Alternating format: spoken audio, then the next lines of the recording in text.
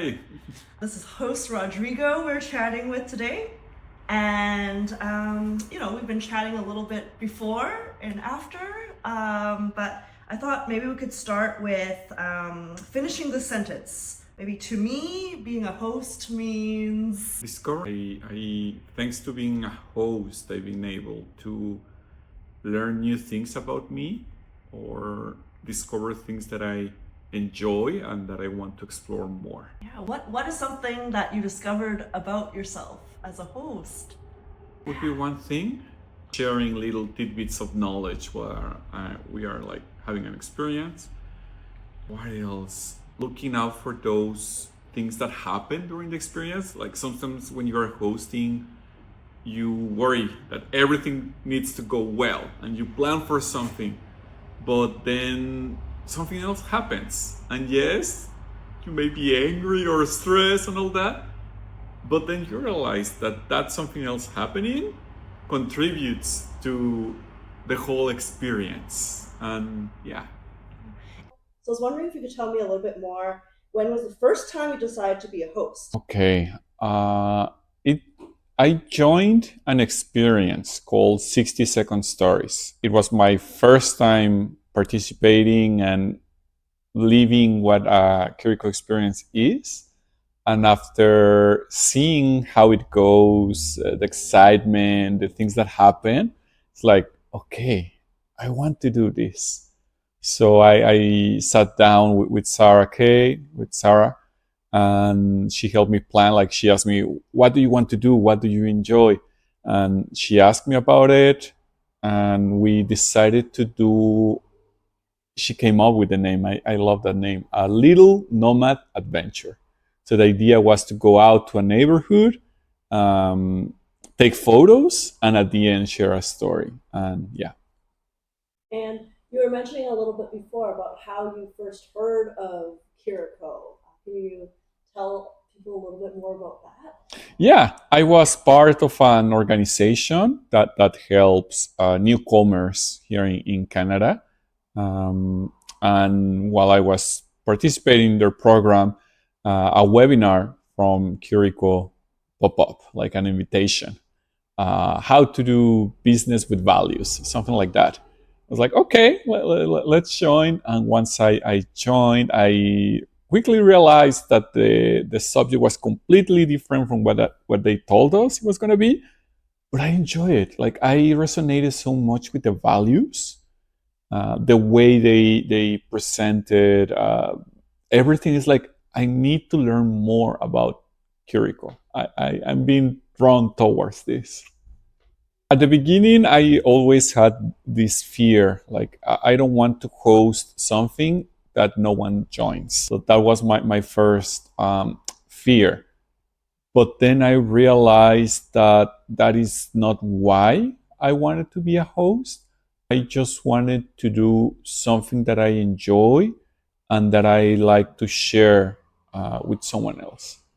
How it would look like me doing something I feel comfortable, sharing what I like with others, and seeing how they respond.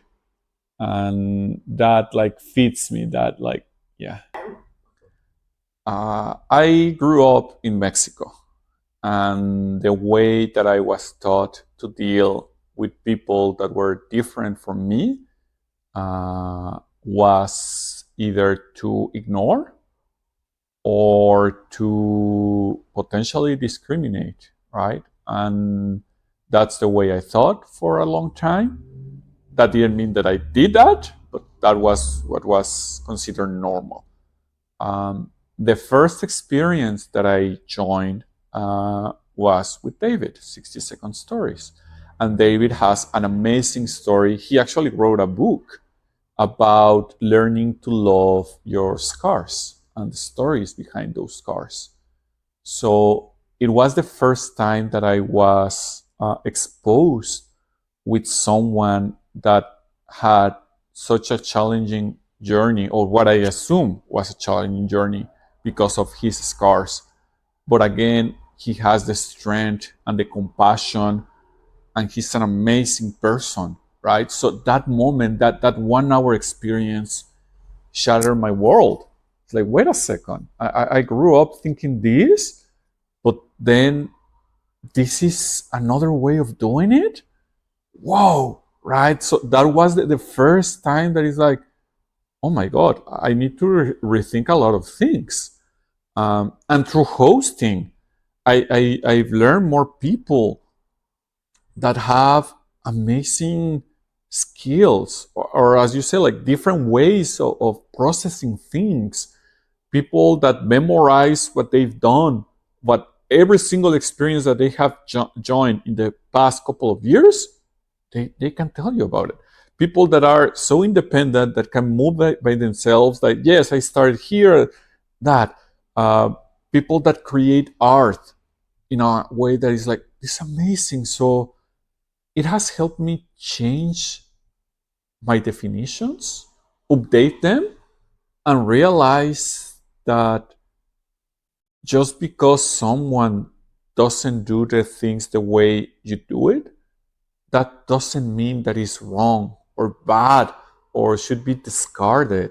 It's just a different path. There are 1,000 paths that you can select, right? And yeah, Is there anything that you'd want somebody that is on the fence, is considering hosting or going to experiences? Is absolutely. there something that you'd want to share with them? Absolutely. Like, first, I understand it can be hard to try new things or to go outside of your comfort zone.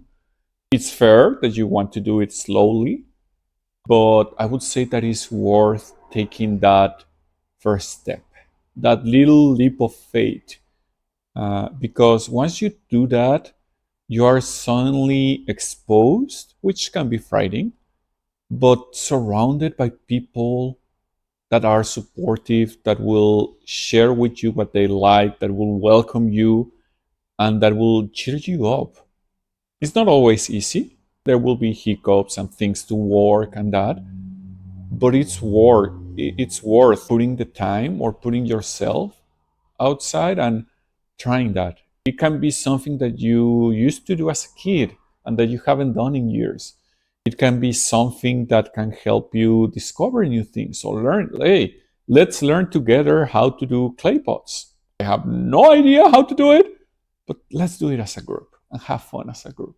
So, yeah, go for it. It's worth it.